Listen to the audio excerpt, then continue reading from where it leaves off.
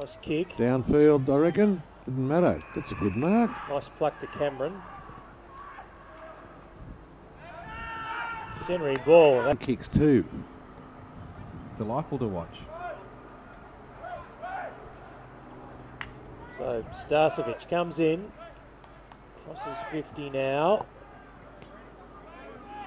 Sets sail for goal, and I think he snuck it in. First. Well, that's the end of my theory. Again, just slammed it on the boot. And reading the ball nicely there, like Cameron. Cameron goes in looking for Starcevich, just in the back under the ball. Yeah, good. He held the front position and just made the umpire aware that he looks okay. So Jackson Starcevich for his second. Deliberate run up. And has he managed to sneak it in? I think he has. So. I thought. I put that on my show reel. I know the sort of shows you watch. This is Michael. Stars, isn't it? Long way from home. Ooh. Fortunately. Boy, of course, the youngster, Jackson Starcevich, son of Craig, who we mentioned, did play in the final series. Fair to say he didn't have enormous impact in the final series, but with Mugovan and AB up there forward, he was a great foil for them.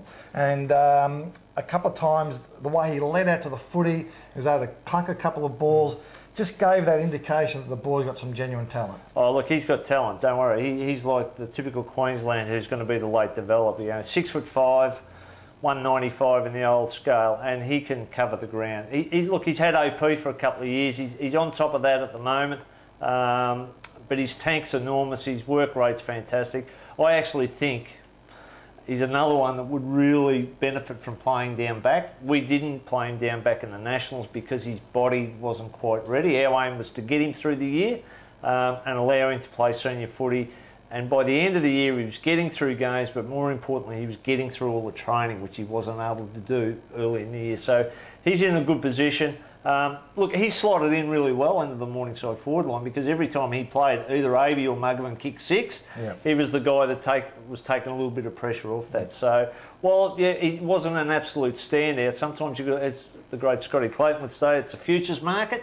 You've got to look and see where this boy's going to be in 2 years' time, and I think he's got a massive upside. Bob, just give us a bit of a summary and overview of his performance at the Combine.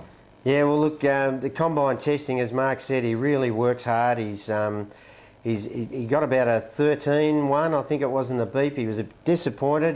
No, 12-12 actually. 12-12 was it? Okay. Well, but the week before we'd done it, and he'd done a 13-9, and I've actually seen him do a 14.5. But I'm sure all the recruiters were aware, Griffo, that they actually did the beep straight after the repeat sprints at the state screening. So, you know, they busted their butt in the repeat sprints, and 10 minutes later they've done the beep. So the tall, skinny kids probably struggled a little bit with that. Whereas Tommy Bell, he thrived on it. He thought that was fantastic. Yeah, but look, Griffo, he's had a really good year with us.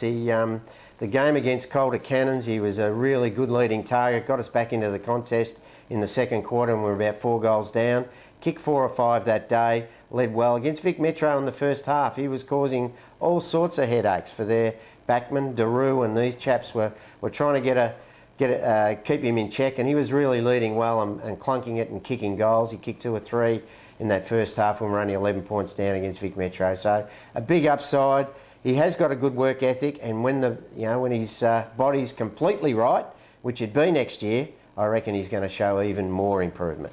Well, let's hear now from senior coach, recently retired senior coach. Starcevich, once again, another quality young footballer, player with immense potential, also a very good trainer and a very apt person who applies himself well, asking questions about how he can improve and what he can do to improve.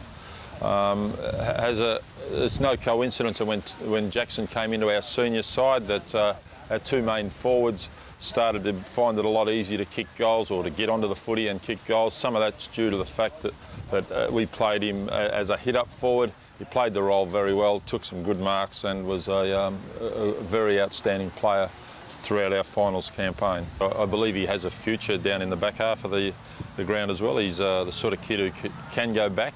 He's been back there a couple of times for us this year and was able to do a job. And you know, not only in the air, but we could also play him on a bit of a smaller player, and that because of the way he is below his knees, he's very good.